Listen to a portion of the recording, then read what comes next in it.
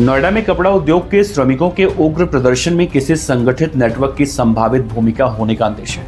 अधिकारियों ने आज खुलासा किया कि पिछले 2 दिनों में मैसेजिंग ऐप व्हाट्सएप पर कई ग्रुप बनाए गए और क्यूआर कोड स्कैन करके इन्हें श्रमिकों को शामिल भी किया गया। गौतम बुद्ध नगर की पुलिस कमिश्नर लक्ष्मी सिंह जी ने कहा है कि पिछले 2 दिनों में कई व्हाट्सएप ग्रुप बनाए गए हैं जिनके जरिए क्यूआर कोड स्कैन करके श्रमिकों को जोड़ा जा रहा है और इससे संकेत मिलता है कि इन गतिविधियों के पीछे एक संगठित और सुनियोजित सिंडिकेट एक्टिव है। कमिश्नर लक्ष्मी सिंह जी ने कहा है कि नोएडा में प्रदर्शन के दौरान हुई हिंसा में 300 से ज्यादा लोगों को अब तक गिरफ्तार किया गया है और 7 एफआईआर भी दर्ज हुई है।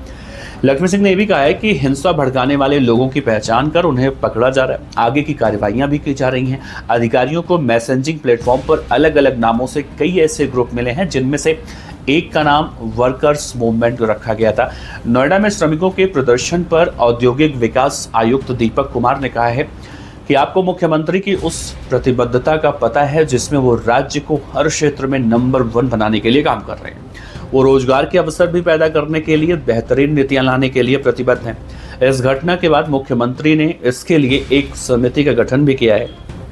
पूरे दिल्ली एनसीआर में एक गलत जानकारी भी फैलाई गई जिसमें कहा गया कि भारत सरकार ने न्यूनतम वेतन 20,000 रुपए कर दिया है, जबकि हकीकत यह है कि भारत सरकार अपने लेबर कोड्स और कानूनों के तहत प्रक्रिया चला रही है।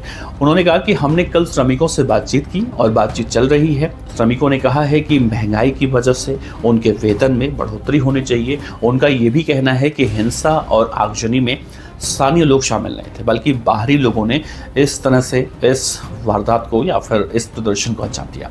अब तक 11 लोग को पकड़ा गया है। ग्रेटर नोएडा यूपी के अतिरिक्त पुलिस आयुक्त हैं कानून व्यवस्था राजीव नारायण मिश्रा। इन्होंने कहा है साहब ने कि हमने 350 से ज़्यादा लोगों को पकड़ा है। कुछ लोग सोशल मीडिया का गलत इस्तेमाल कर रहे थे, अफवाहें फैला रहे थे, झूठी जानकारियां दे रहे थे।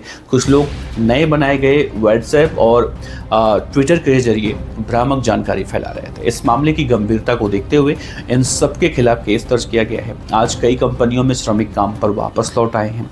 कुछ जगहों पर श्रमिक आए और अपनी मांगों को लेकर बातें भी की। उन्होंने कहा कि हमने उनसे बहुत ही धैर्यपूर्वक चर्चाएं भी की, समझाया। मुख्यमंत्री ने एक उच्च स्तरीय समिति बनाई है जिसने कल मौके पर जाकर निरीक्षण किया है और श्रमिकों के हित में फैसले भी दिए गए हैं। हमारे पास सीसीटीवी फुटेज और डिजिटल सबूत हैं। जिन लोगों को पकड़ा गया है बिना किसी तरह की कोई गड़बड़ी, असामाजिक गतिविधियों, राष्ट्रीय और राज्य मार्गों को जाम करने जैसी घटनाओं में शामिल थे।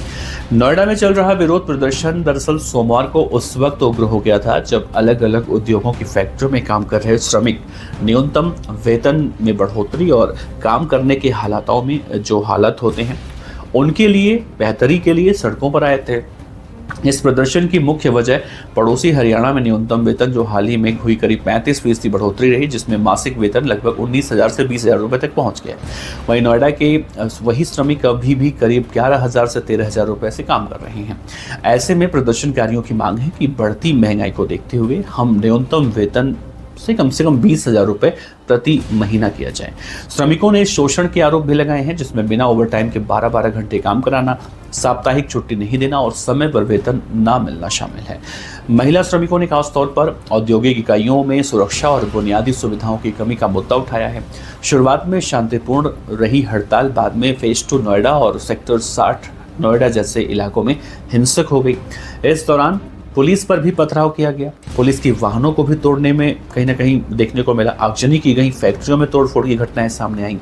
लेकिन इस दौरान देखा गया कि पूरे प्रदर्शन के दौरान नोएडा की पुलिस कमिश्नरेट या फिर पुलिस कमिश्नर गौतम बुद्ध नगर की लक्ष्मी सिंह मैडम ने सूझबूझ और समझदारी से हर जगहों पर हालात को नियंत्रण में करने की पूरी कोशिश की और ना सिर्फ कोशिश की बल्कि उसे ज़मीनी स्तर पर उतारा, हालात को कंट्रोल किया और अब कहीं ना कहीं ये प्रदर्शन या फिर ये पूरी शांति व्यवस्था जो है वो कायम है।